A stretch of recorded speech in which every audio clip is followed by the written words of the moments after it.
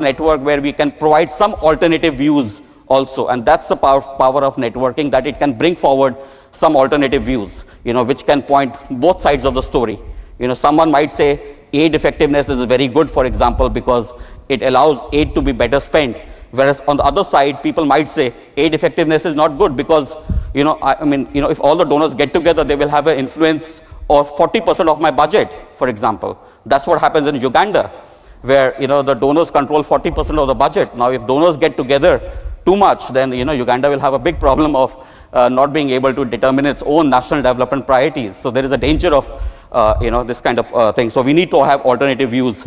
In this case, we were trying to reflect on what the Chinese premier talked about financial stability, not just looking at solutions coming from the West, but also looking at solutions coming from different other countries too.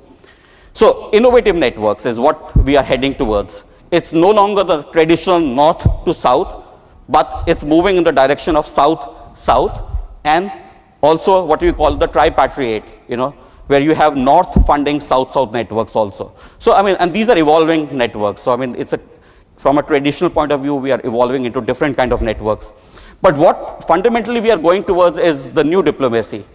We want it or we don't want it, we will have to get into this new diplomacy as a tool, simply because issues do not fall into clear categories. It's no longer an issue of trade, it's no longer an issue of health. There's a combination of issues.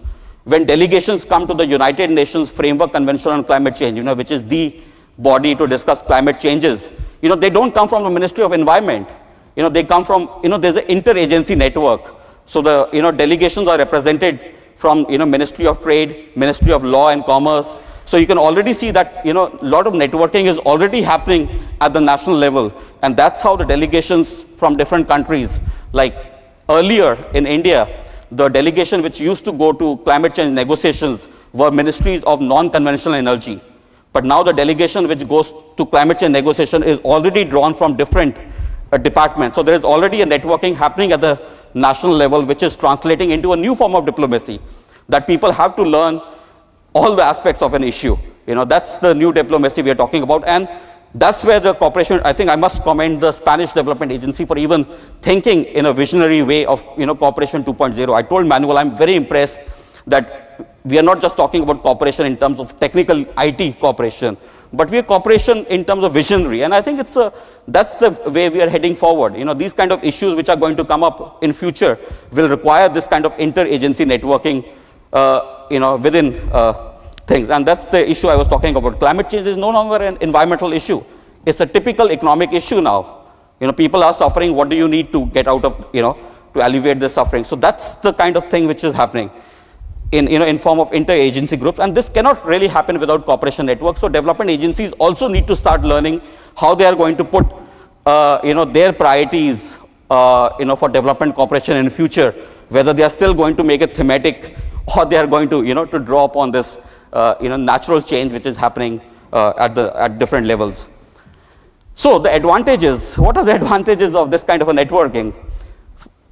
First thing is everyone can contribute. It's no longer that rich countries are only ones which can provide development cooperation. In this kind of a model which we are talking about, everyone can be a part of the solution. The late president of Tanzania used to say, Julius Nyerere, used to say that if you can't share your wealth, share your poverty.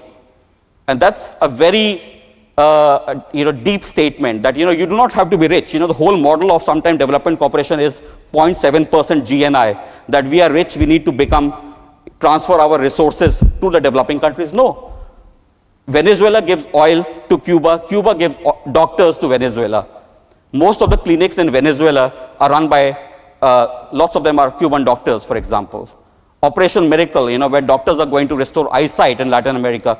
So this kind of cooperation is already happening. This kind of network cooperation is happening, which is not going to the traditional dollar pegging of aid or, through our traditional models. So you can see, this kind of new innovative models which are already coming up.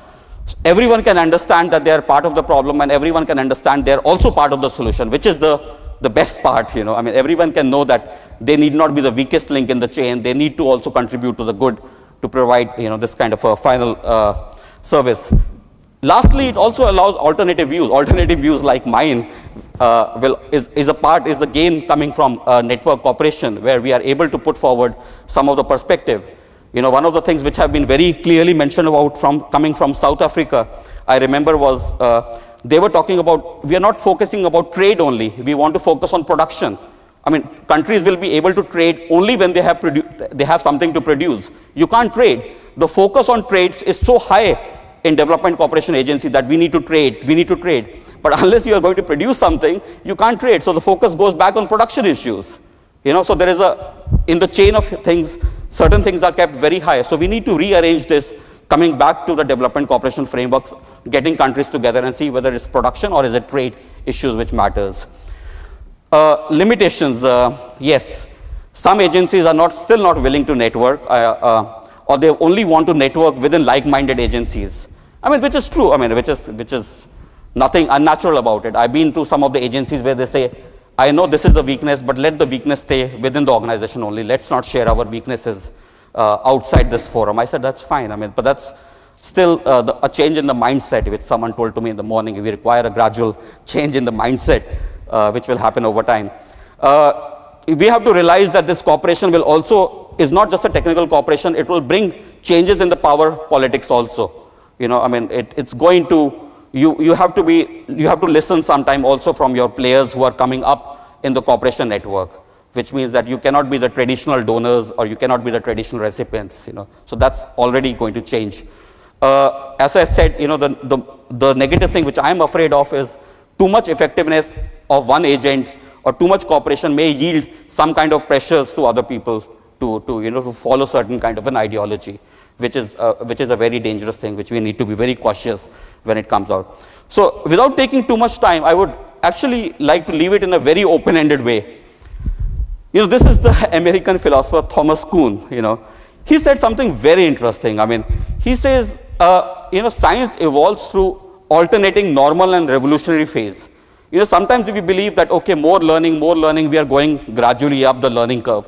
But science doesn't function this way, when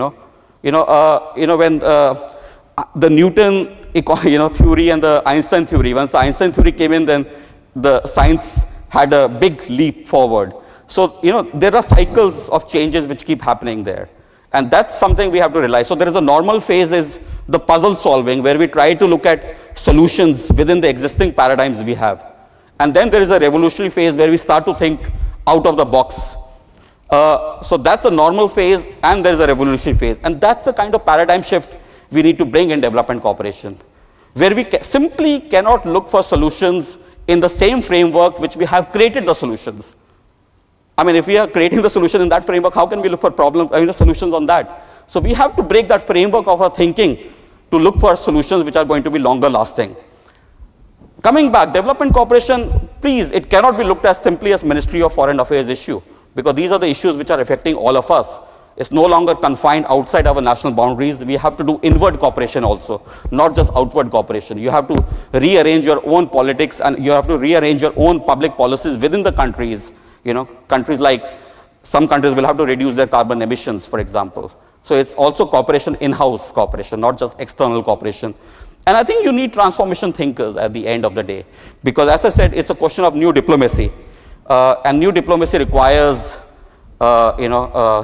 changing the structure and not being confined to a certain way of thinking. So I think that's the paradigm shift we are looking at, looking at more transformation thinkers. And I would actually encourage development agencies who are present there or who they are going to meet is to, get the truest benefits of development cooperation, because we don't really have too much time. These kind of solution problems are going to affect us in our own lifetimes. Gains which have been made over a couple of years, development gains of MDGs, have been wiped out in one go with the financial crisis, for example. We need to be realistically looking at these kind of issues, and that's my whole, presentation. Thank you.